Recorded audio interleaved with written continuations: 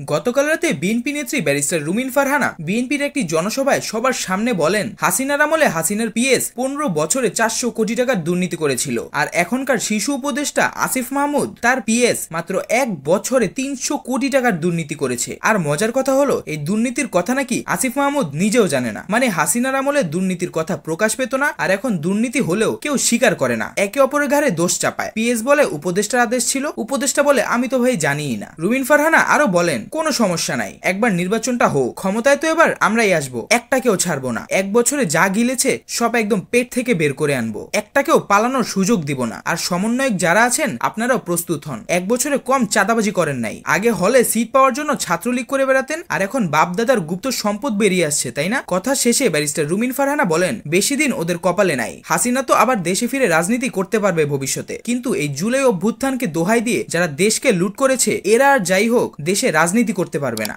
ভিডিওটি ভালো লেগে থাকলে আমার ইউটিউব চ্যানেলটিকে সাবস্ক্রাইব করে পাশে থাকা বেল আইকনটি বাজিয়ে দিন। ধন্যবাদ।